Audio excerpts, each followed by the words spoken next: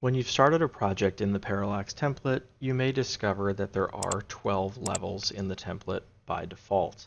That means that there is level 1, which is the ground level, plus 8 additional levels above ground, leading up to level 9. There are also 3 levels, starting at U1, which is the first level underground, U2, second level underground, and U3, third level underground. If you were to go look at an elevation, you would see all of these levels are present in the template.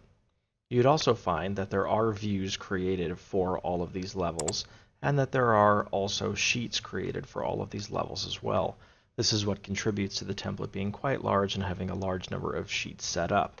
But as it's much faster to remove these objects than it is to cartoon a full set of drawings, it's a benefit for any project that's going to kick off with more than 1 or 2 levels.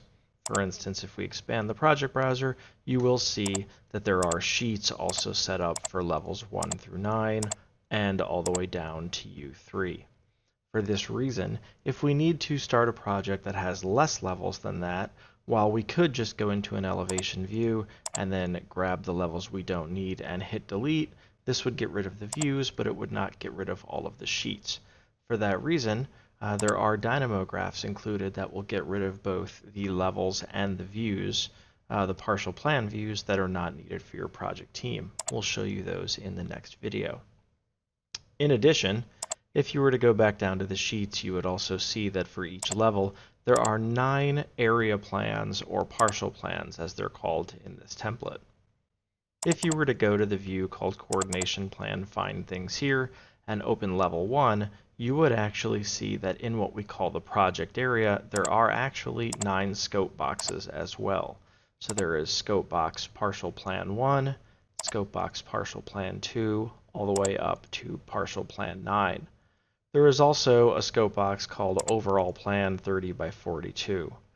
This means that all of the floor plans that are in the template and all of the ceiling plans and all of the roof plans alike are all tied to those scope boxes. That way, if you need to change the size of the crop region on any sheet, you don't need to change hundreds of plans at once. You can simply adjust your scope boxes and be on your way.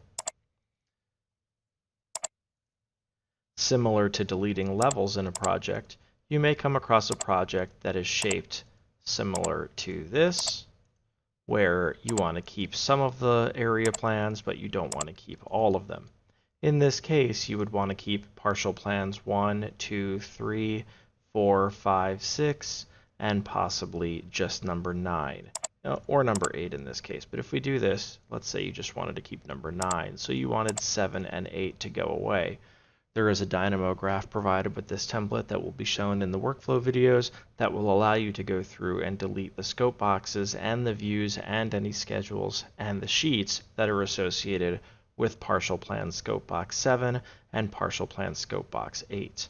This will help you cartoon your drawing set faster so that you're not having to do a lot of manual work to be getting rid of the views that are present in the template that you don't need. If you are working on healthcare or multifamily work or other type of work that would benefit from a modular approach, you will also find that there are approximately 50 scope boxes that have views and sheets set up for them that are called unit scope boxes.